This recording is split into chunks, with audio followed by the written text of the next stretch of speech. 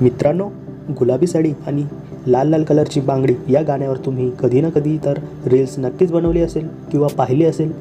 संपूर्ण महाराष्ट्राला आपल्या तालावर नाचवणारा आपला लाडका गायक संजू राठोड आता थेट बॉलिवूडमध्ये धमाका करायला सज्ज झाला आहे. हो, तुम्ही बरोबर ऐकलं आहे. संजू भाऊ आता बॉलिवूडमध्ये पदार्पण करताना दिसत आहे. नक्की काय आहे हा संपूर्ण प्रकार? चला जाणून घेऊया.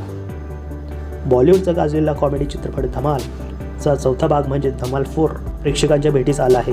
आणि सर्वात मोठी आनंदाची गोष्ट म्हणजे या चित्रपटात संजू राठोडच्या सुपरहिट गुलाबी साडी गाण्याचा हिंदी व्हर्जन समाविष्ट करण्यात आला आहे. या गाण्याचं नाव गुलाबी रंग असं असणार आहे.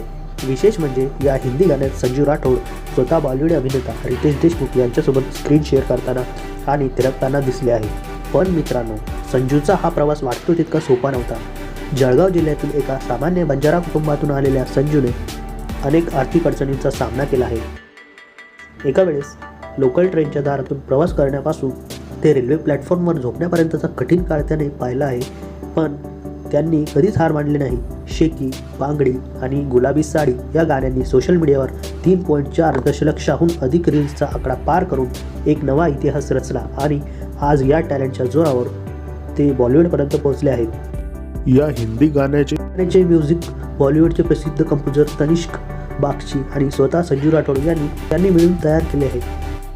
तर मित्रांनो, एका मराठी गायकाचा हा बॉलिवूडमधील प्रवास तुम्हाला कसा वाटला आणि गुलाबी साडी या गाण्याचं मराठी आणि हिंदी यापैकी कोणतं व्हर्जन जास्त आवडलं हे कमेंटमध्ये आम्हाला नक्की कळवा. आणि अशाच नवनवीन व्हिडिओसाठी लाईक, शेअर आणि सबस्क्राईब करायला विसरू नका. धन्यवाद.